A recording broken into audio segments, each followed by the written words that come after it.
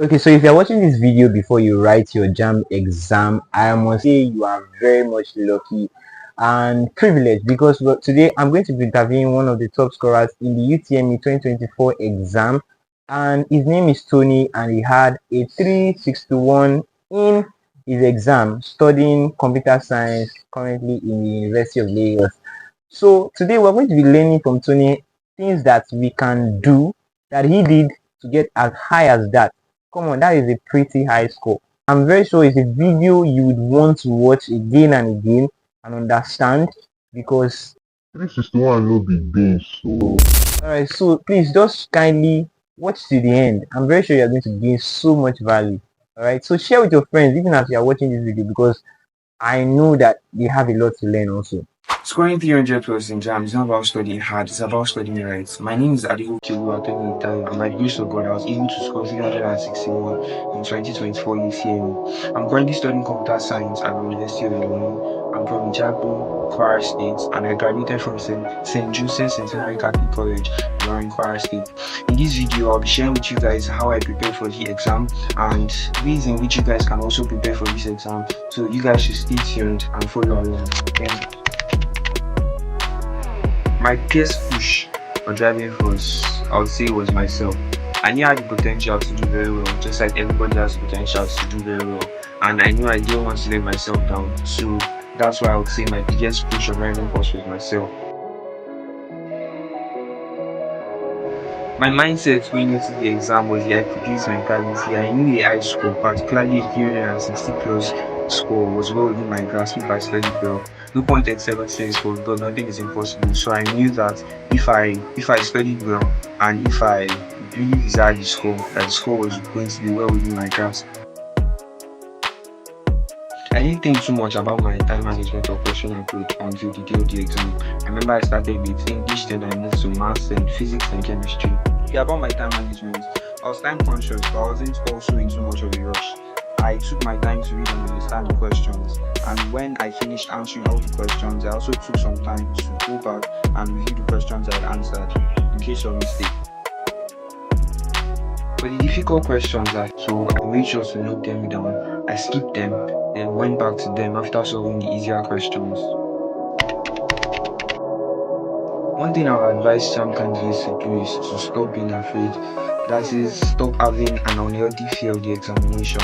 It's human to be nervous about the exam, but when pessimism or when negativity creeps in, it can actually affect one's performance in the exam. So the best thing to do is to be confident and optimistic about the exam. The important thing I did was revision. I made sure to revise daily or weekly or just periodically anytime I felt certain things were slipping away.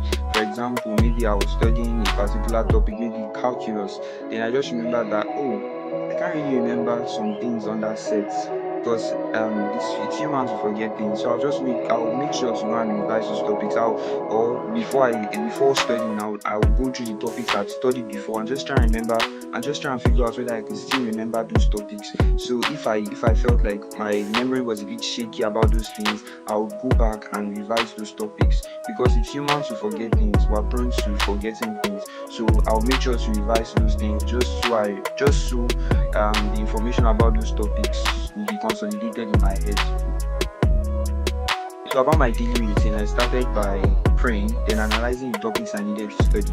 I would go through the syllabus and outline the topics I needed to study for the day. It could be 2, 3, or even 6, depending on the length and complexity of those topics. Then after highlighting the topics I needed to study, then I would then move on to my notes, my textbooks. I also make use of YouTube videos, AI, Google, any study resource I can lay my hands on, just to understand that particular topic, ask teachers about it, and so on and so forth. And I also made sure to jot while I was studying. There were certain things that were in the syllabus, but when it's in my textbooks that I had to research about, I'll make sure to jot them. Things I found in past questions that I knew that were very important, I'll jot them. Just important things I saw that I thought I was prone to forgetting, I made sure to jot them down because they were very important.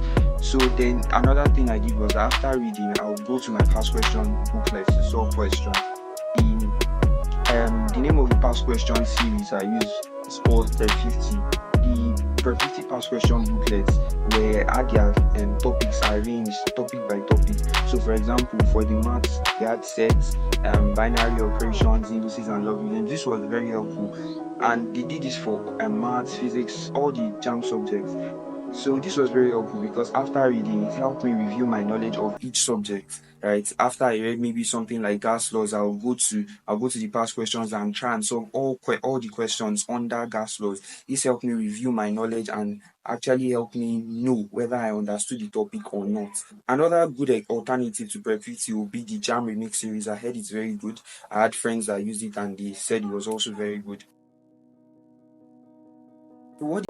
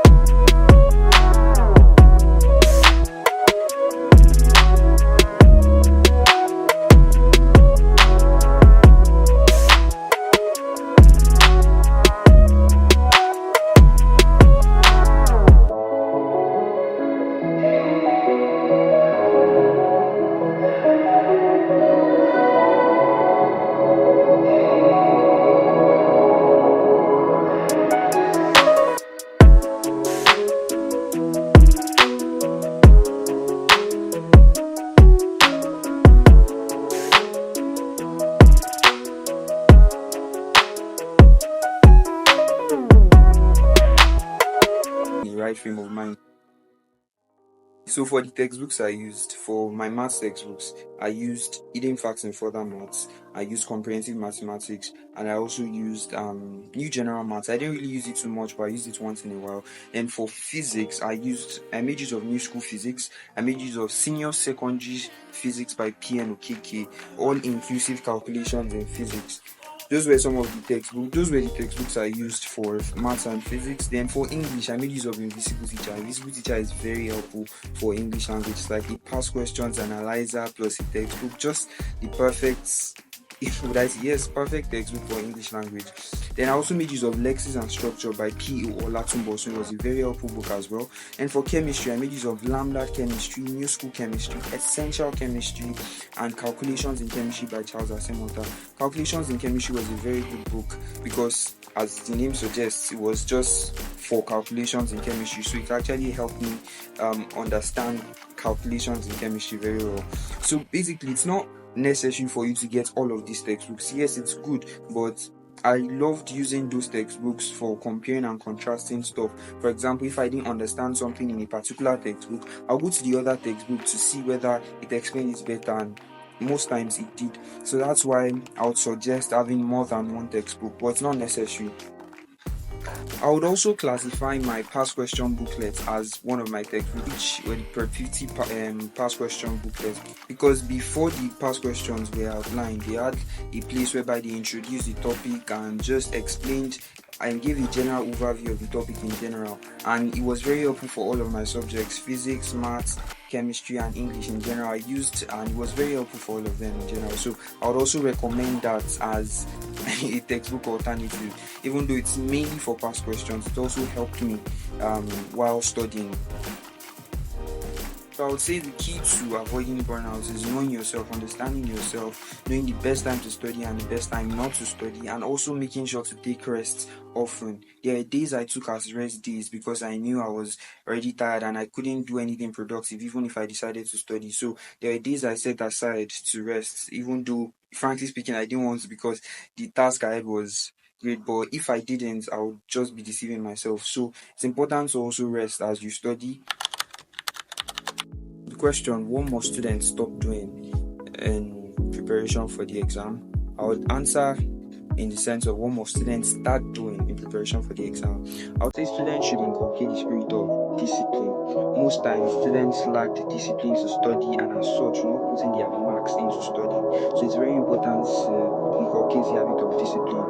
Students shouldn't rely on motivation to study, because oftentimes, it's not every time we feel like studying, or it's not every time we want to study. So we shouldn't rely on motivation to study, rather we should inculcate a system of studying maybe create accountability partners, friends we can remind us to study, be our parents, it just be people around us, or just systems that we can put in place in order to encourage that habit of studying. The last but definitely not the least, like I said earlier, I made sure to pray. I remember praying to be a testament and embodiment of Jesus' grace, and glory to God, I came out as well. So it's very important to pray. So you just finished watching this video and you be like, oh, all these things that this guy has been saying since morning, I've not been doing any one of them. Or your own might be nice. I've been actually doing all these things and I'm very prepared. So whichever place you fall into, it's still okay.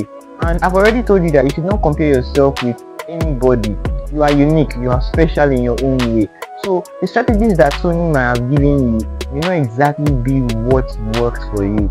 Sure you get, but at least there will be one thing in that video that you can take home from what is said and apply it to your own, how you study, and it will really work well for you, even though it's the textbook you mentioned.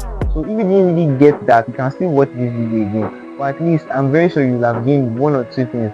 So thank you so much for watching to this extent. Please like and share this video with your friends. It's very important that many people hear how to aim or get as high as this again, so that we can keep on breaking the records. Kindly subscribe to this channel, because even after your JAMB exam, I'll be using several videos that I'm very sure you would like to watch and you will love. Also, if you want to know, or if you want me to know the kind of videos you like to watch after your exam, you can drop it in the comment section below. And thank you so much for watching, and bye.